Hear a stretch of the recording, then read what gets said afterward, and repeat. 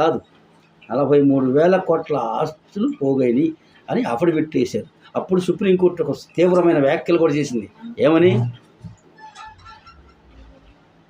ఒక హంతకుండేనా లేదా ఒక దొంగతనం చేసిన వాళ్ళ కంటే కూడా, ఒక హంతకుడు లేదా దొంగతనం చేసిన వాడంటే కూడా ఈ వైట్ కాలర్ నేరాలు చాలా ప్రమాదకరమైనవి. ఎందుకంటే హంతకుడు ఒక హత్య చేస్తే ఆ కుటుంబం నష్టపోయింది, ఒక దొంగతనం చేస్తే ఆ కుటుంబంలోనే ఒక దోపిడీ చేయాలి. కానీ వీళ్ళు చేసే దోపిడీ రాష్ట్రం మొత్తం ప్రజల మీద ఆ ప్రభావం పడుతుంది. దేశ ప్రజల మీద, దేశ రాష్ట్ర ఆర్థిక వ్యవస్థ కొనారిల్లిపోయే పరిస్థితి వస్తుంది. కాబట్టి అంత ప్రమాదం అని చెప్పారు. అంటే కానీ వాటిలో ఏమీ దాల్చకుండా చట్టాలు మరి ఏం పని చేసినా ఈ చట్టాలను మనం విమర్శించకూడదు. కాబట్టి అది అలా జరిగిన కేసులు అట్లా నడుస్తుంది. బెయిల్ మీద బయటకు వచ్చాడు. తర్వాత జగన్మోహన్ రెడ్డి గారు ముఖ్యమంత్రి అయిపోయాడు. సంతోషం. మనం యువకుడు అందరం అనుకున్నాం, యువకుడు బాగా పరిపాలిస్తాడే చంద్రబాబు నాయుడు కంటే కూడా. ఎందుకంటే 2019 ఎన్నికల్లో జగన్ కావాలని గెలిపించుకున్నారు. చంద్రబాబుని వద్దనుకోవాలా జనం, జగన్ని కావాలనుకున్నారు. ఎందుకు? చంద్రబాబు పోలవరం 70% పూర్తి చేసి 72%, అమరావతి 10,000 కోట్లు పెట్టి ఖర్చు పెట్టి మొత్తం రూపకల్పన చేశాడు. కాబట్టి ఇక పై పనులు జగన్మోహన్ రెడ్డి చేసేస్తాడని చెప్పి చాలామంది జగన్మోహన్ రెడ్డికి కూడా సపోర్ట్ చేసి గెలిపించారు. యువకుడు కదా, ఎలా ఉంటుందో చూద్దామని అదొక యాంగ్జైటీతో. నిన్న ఈ మధ్య జరిగిన 2024 ఎన్నికలు జగన్ వద్దు అని ఎన్నికలు జరిగినాయి. ఇక మళ్ళీ వచ్చే ఎన్నికల్లో జగన్ మళ్ళీ కావాలనుకుంటారా, అది ప్రజల ఇష్టం, అది వేరు. నేను అంటే జరిగింది మాత్రం చెప్తున్నాను మీ అందరికీ. ఇవన్నీ వాస్తవాలే కదా, మన కళ్ళ ముందు జరిగినాయి కదా.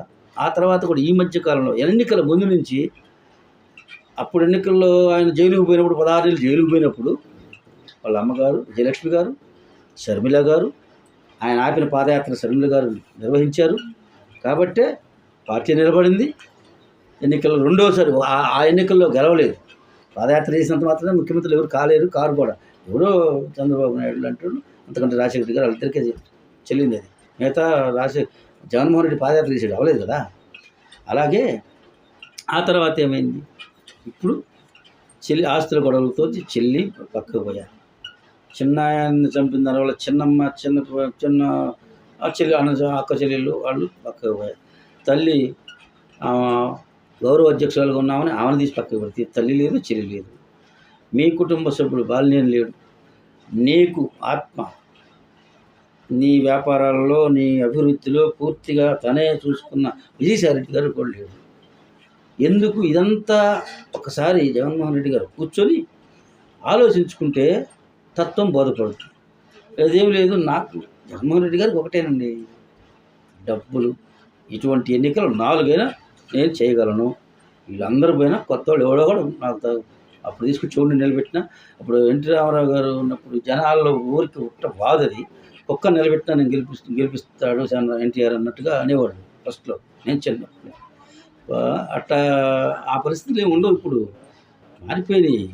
ప్రజలు 10 ఏళ్ల పిల్లగాడికి కూడా తెలిసిపోతుంది రాజకీయం ఎట్టున్న రాజకీయాన్ని. ఎన్టీఆర్ గారు రాజకీయాల్లోకి వచ్చి ఇలా తిప్పేశాడు.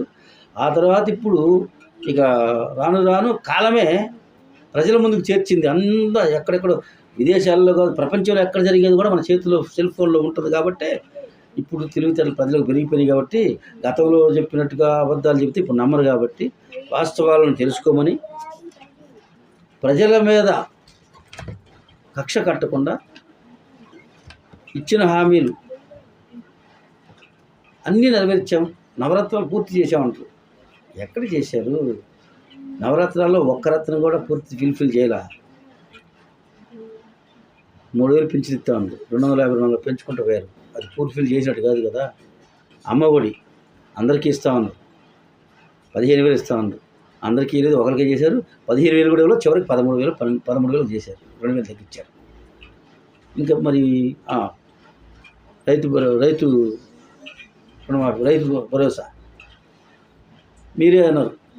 ప్రతి రైతుకి 15,000 లెక్క 60,000 ఇస్తాం, సంవత్సరానికి 60,000 ఇస్తాం. దానిలో మీరు 7,000 ఇచ్చి ప్రభుత్వం, కేంద్ర ప్రభుత్వం 6,000, కానీ మొత్తం కలిపితే 13,000. తర్వాత ఒక 1,000 15,000 ఇచ్చారు తప్ప ఫుల్ఫిల్ ఏది చేయాల. అన్నిటికాడికి ముఖ్యంగా మనం చెప్పాల్సింది ఏంటంటే, మద్యం నియంత్రణ కాదు, మద్యం రూపుమాపుతాను, నిషేధిస్తాను మద్యాన్ని అని చెప్పి ఓట్లు వేయించుకొని అధికారంలోకి వచ్చి అధికారంలో పీఠం మీదకి ఎక్కిన తర్వాత మద్య నియంత్రణ చేస్తానని చెప్పి అసలు మద్యాన్నే ఒక ఆదాయ వనరుగా మార్చుకొని ప్రభుత్వ మద్యం అమ్మిద్దని పాత మొత్తం తీసేసి, పాత బ్రాండ్లు తీసేసి, పాత విధానాలు తీసేసి ఆ మద్యంలోనే ఇప్పుడు 20,000 కోట్ల కుంభకోణం జరిగింది. 4,000 కోట్లు విదేశాలకు దుబాయ్ కట్టు దాటించారు.